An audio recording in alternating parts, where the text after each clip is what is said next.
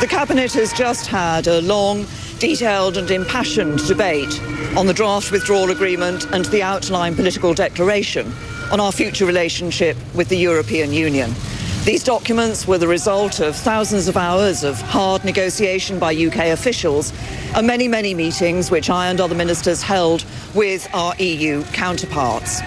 I firmly believe that the draft withdrawal agreement was the best that could be negotiated, and it was for the Cabinet to decide whether to move on in the talks.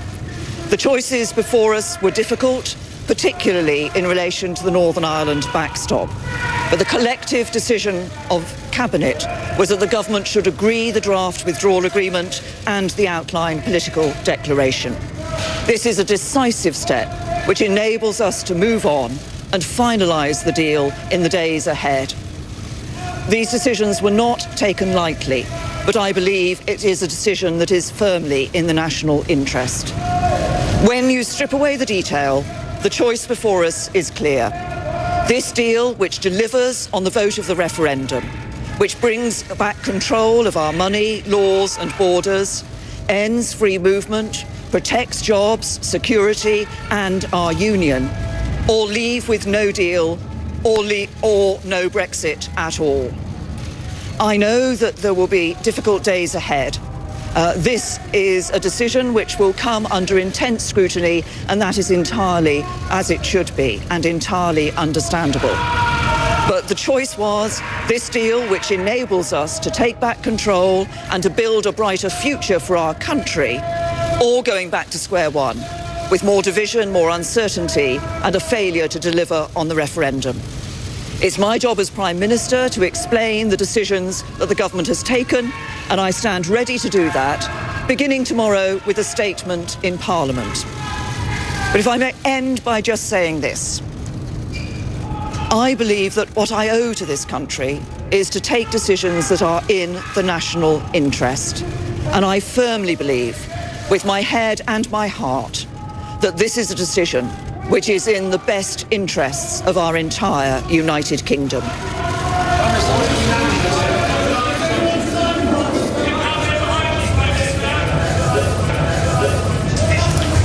Well, this is a victory for the Prime Minister. Her cabinet has backed this draft agreement after what she called a long, impassioned debate over this draft withdrawal agreement.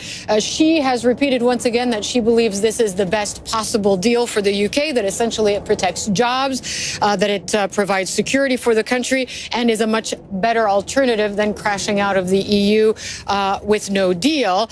She acknowledges, obviously, that this decision will come under intense scrutiny. The timeline for this now is going from this moment here, and then it will go to Parliament, and that will be the next hurdle for the Prime Minister, Theresa May. Her cabinet has backed her. It's a sigh of relief for the Prime Minister, but what happens in Parliament is the question. James, very quickly, your reaction to what we just heard from the Prime Minister. She's across the big hurdle she had to cross today.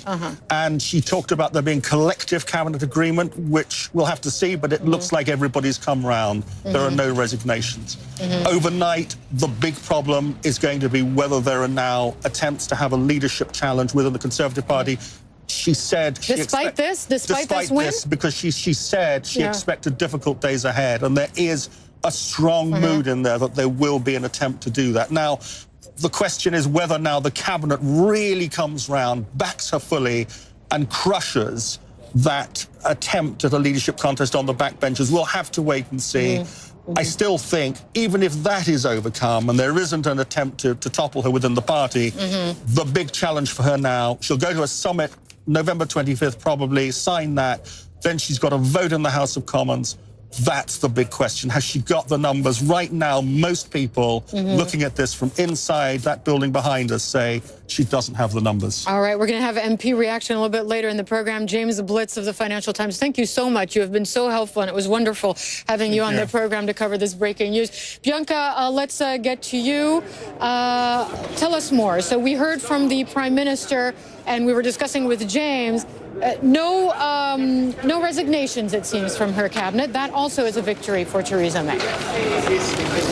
We have just heard from the Prime Minister, and that was after waiting for 5 hours for an incredibly long cabinet meeting, and it was causing there to be lots of concern within Westminster about whether or not the Prime Minister had actually succeeded in getting her cabinet, which is fiercely divided over the issue of Brexit, on side. But she came out and she has just announced that the cabinet have made the collective decision to agree on the draft Brexit text and to progress that forward to the next stage.